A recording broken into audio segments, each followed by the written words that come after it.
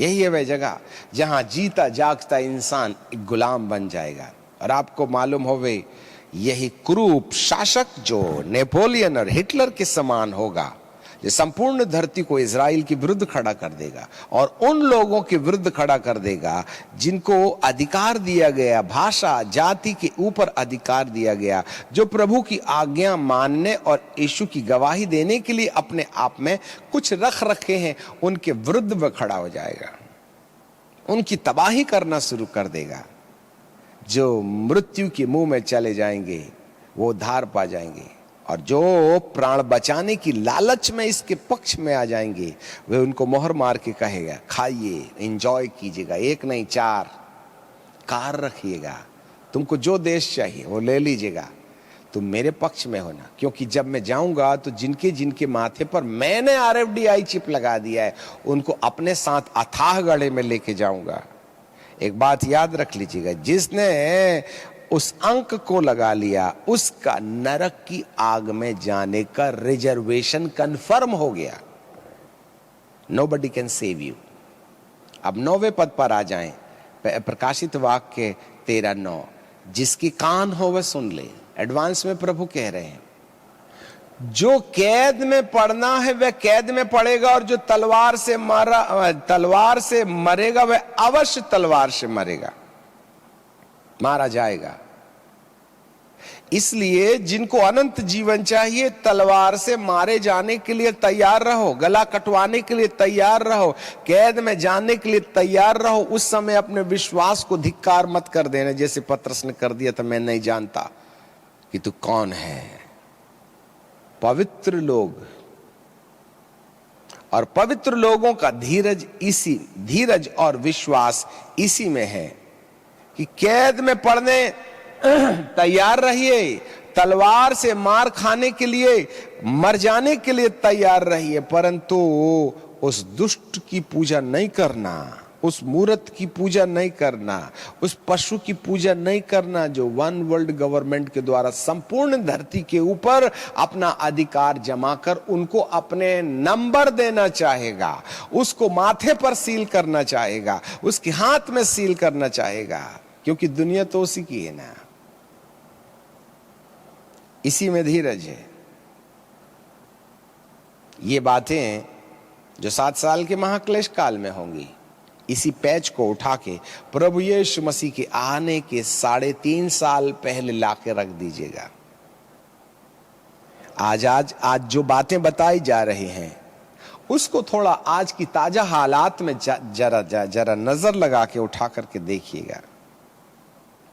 Demonetisation, cashless economy, हमारी स्वतंत्रता का बहिष्कार, सारे बैंकों का खात्मा, एक ही प्रकार का बैंक, एक ही प्रकार की सरकार, एक ही प्रकार का सब कुछ, संपूर्ण धरती का बाजार एक। हमें क्या लगता है, होना तो 7 साल के महाक्लेश काल में चाहिए था, परंतु उसकी झलकियां तो अभी से दिखाई देने लगी हैं। और ये झलकियां हर एक उन लोगों को जिनके कान खुले हैं, जिससे आत्मा कलीसिया से बात कर रही है, और जिनके कान आत्मा की बात सुनने के लिए खुले हुए हैं, वे जान लें कि अब हमारे पास में कितना वक्त आ गया है। अभी तो हम 2020 में कोरोना महामारी से जूझ रहे हैं, परंतु जैसे ही इसका सुलह होगा हम फिर कोरोना वैक्सीन की तरफ बढ़ेंगे, और कोरोना वैक्सीन के पीछे हमें नहीं मालूम किस प्रकार की कूटनीति, राजनीति, किस प्रकार की भ्रमित बातें होंगी जिसके बारे में कहा नहीं जा सकता। अभी से ग्लिम्स नजर आते हैं कि हर एक कोरोना वैक्सीन लगाए जाने वाले को एक कार्ड दिया जाएगा कि आप ट्रेन में अनुमतिशील हैं, क्योंकि आप कोरोना रहित व्यक्ति हैं, आप पर इन्फेक्शन नहीं हो सकता है। हमें नहीं मालूम ये कोरोना वायरस से बचने के लिए कोरोना वैक्सीन में क्या लगाया जाएगा मनुष्य के शरीर के अंदर में, कौन जाने। We are in the end of end time, time is over. The kingdom of antichrist, the kingdom pre antichrist kingdom is already has started. ज्यादा वक्त नहीं रह गया है, हम दुनिया में अंत की कगार पर हैं। हमें नहीं मालूम अगला वर्ष 2021 में कितना बलपूर्वक कोरोना वैक्सीन के आधार पर RFDI चिप प्लांटिंग की प्लानिंग्स किए जाएंगे, जिसके बारे में कहा नहीं जा सकता है। ऐसे समय में सावधान रहिएगा और अपने आप को परमेश्वर की मोहर लगाने के लिए तैयार कर लीजिएगा।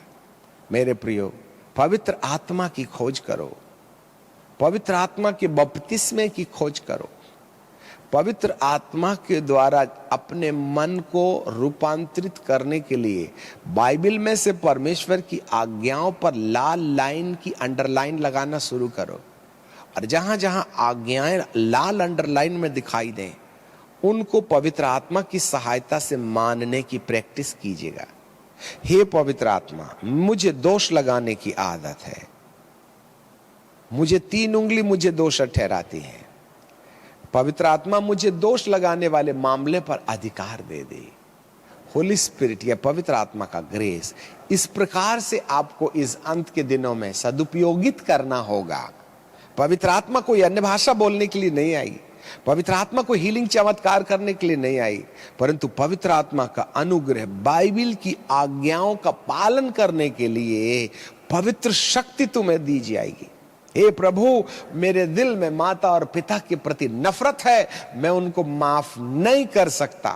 मुझे शक्ति दे पिता पवित्र आत्मा, जिससे कि मैं अपने माँ बाप को वैसा ही आदर दूं जैसे आपने एक आत्मिक बेटे को माँ बाप का आदर करने के लिए अनुमति दी है। जी हाँ, आए माताओं और पिताओं, अपने बच्चों को रिश मत दिलाओ। हे प्रभु, हम अपने बच्चों के साथ दुर्व्यवहार करते हैं, हम उनकी छोटी छोटी बातों पर रिएक्ट करते हैं। हमें भले माँ बाप बना दीजिएगा, जिससे कि हम अपने बच्चों का आदर और उनकी भावनाओं का आदर करें और उन्हें उचित शिक्षा देने पाए। हर पत्नी कहे, हे प्रभु, अब्राम की पत्नी का नाम था सारा, और सारा अपने पति को स्वामी कहा करती थी। आज हम अपने पति का खड़ा नाम लेते हैं, क्योंकि हम दोनों की दोनों एक ही क्लास में पढ़ते थे ना, तो उस समय हम बॉयफ्रेंड गर्लफ्रेंड थे तो एक दूसरे का नाम पुकारते थे। अब शादी हो गई तो पति पत्नी हो गए हो ना, तो नाम तो पुकारना बंद करो। अभी भी बोलते हैं, ए डन्नो डन्नो डन्नो चाय लाओ ना। तुम कॉलेज में पढ़ते थे तब डन्नू डानियल को डन्नू बोलते थे, तुम्हारी तो शादी हो गई तब पति के बाद भी तुम डन्नू बोलती हो। आपको क्या लगता है यह अपमान बर्दाश्त नहीं होगा मेरे मालिक को? स्वामी बोलिए स्वामी। नहीं बोल सकते हैं तो पवित्र आत्मा से विनती करो ना, पति का आदर करना सिखाइएगा। किसी भी स्त्री को अपने पति का नाम लेने का अधिकार नहीं है। वो सिर है, सिर, उसका आदर करो, उसके ऊपर चिढ़ो मत। और सिर भी जो पति है ना, वो भी अपने पत्नी को निर्मल पात्र मान करके उसका सम्मान करो। जरा सा नमक क्या आ जाता है ज्यादा सब्जी में, तो आप तो प्लेट फेंक देते हो उसके मुंह में। तू ही खा ले, अपना सर पकाइए, इतना नमक डालते हैं। शक्कर कम हो गई तो समस्या बेचारी पर, और शक्कर ज्यादा हो गई तो समस्या बेचारी पर। और सबके सामने डांटने के लिए हमको भी ऐसा लगता है कि हम अपने घर के दादा हैं। Stop it, this is attitudes. पवित्र आत्मा को ढूंढिए, उससे कहिए कि मैं पत्नी को निर्बल पात्र जान करके कैसे उसका आदर कर सकता हूं। जी हाँ, बच्चे लोग दुआ मांगे, हम माँ बाप का आदर कैसे करें, उनको दुखी ना दें, उनके आंसू ना बहाएं। काश परमेश्वर इन सब आचरणों को देखकर पिता परमेश्वर पवित्र आत्मा के द्वारा तुम्हारे माथे पर परमेश्वर की मोहर लगा दे, जिससे कि तुम उस पशु की पूजा करने न लगो। आपको मालूम है आज भी शैतान तुम्हारे माथे पर अपना निशान लगा रहा है, और दूसरी ओर से पवित्र आत्मा, आज की तारीख में 99% लोग इस मोबाइल को इचिक बिचिक करने में इतने दीवाने हैं। और यदि कोई आपको डिस्टर्ब कर दे तो हमारा माथा खराब हो जाता है। कौन आपके माथे पर सील लगा रहा है? होना तो ये चाहिए कि हम पवित्र आत्मा से तमाम सम्मानजनक बातें अपने जीवन में अपनाएं। मेरे प्रियो, यहाँ पवित्र लोगों का धीरज और विश्वास इसी में है कि तुम हर प्रकार का लॉस कैद में जाना है, नो प्रॉब्लम, और तलवार से मरना है, नो प्रॉब्लम, परंतु हम अपनी मोहर का बहिष्कार नहीं करेंगे जो पवित्र आत्मा के द्वारा प्रेम, आनंद, मेल, धीरज, कृपा, भलाई, विश्वास, नम्रता और संयम के आचरण के द्वारा हमारे माथे पर व्यवहार करने के रास्ते पिता परमेश्वर ने लगा दिया है। यही तुम्हारी रक्षा है। परमेश्वर आपके मन की आंखों को खोले और ज्ञान और प्रकाश की आत्मा दे, जिससे कि आप अपने माथे पर परमेश्वर की मोहर लगा दें, मेमने की किताब में नाम लिखवा दें। और जिनका नाम मेमने की किताब में नहीं होगा, जिनके माथे पर परमेश्वर की मोहर नहीं होगी, वे सब पशु की पूजा करेंगे मोबाइल के द्वारा।